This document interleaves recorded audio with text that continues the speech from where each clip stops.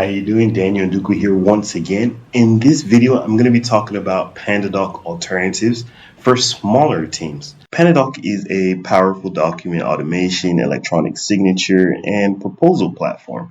The key thing there are the proposal. It's heavily geared towards sending proposals, and if that's what you're looking at, it's a great tool for that. PandaDoc has also had some controversy. Recently, they kind of collapsed their free tier and really limited those plans without actually making it known. So people kind of discovered that they couldn't do what they could do before, and it was a bit of a furor for a little while. Let me jump on over to the screen. Now, as you can see, PandaDoc says it right on the homepage, make proposals that make impressions, because that is their major focus. Now, if proposals really aren't your thing, you need something more lightweight, you need something more small team friendly, there are a couple options for you. The first one on the list is DocsFlowy. Now, DocsFlowy is geared towards allowing you to create a dynamic template once and generate that contract, that agreement over and over again. So it's the build, it's the sign, it's the storage. So it takes you through the entire document automation process. Yes, you can send proposals, but you can as well send contracts.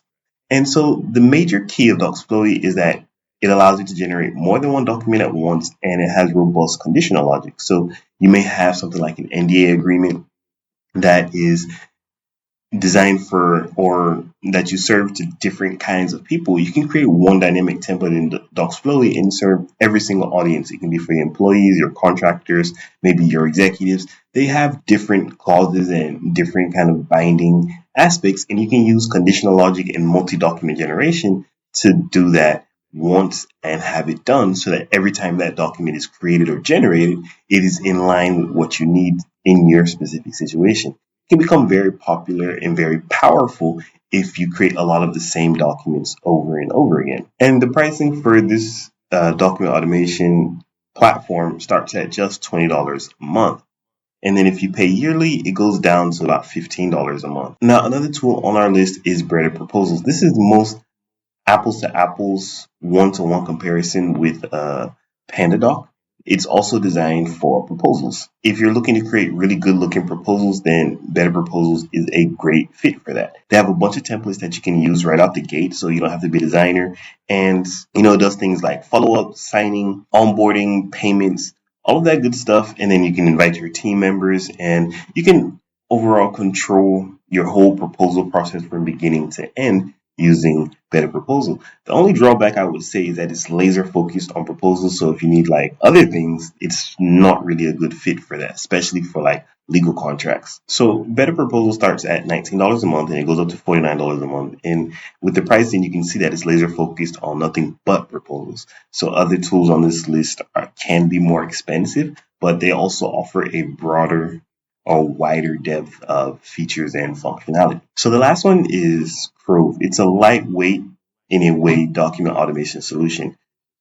You can upload various types of documents, contracts, agreements, whatever the case may be. And like DocsFlowy, Crove will help you automate that. You upload it once, build out a dynamic template, and then you can use that to automate.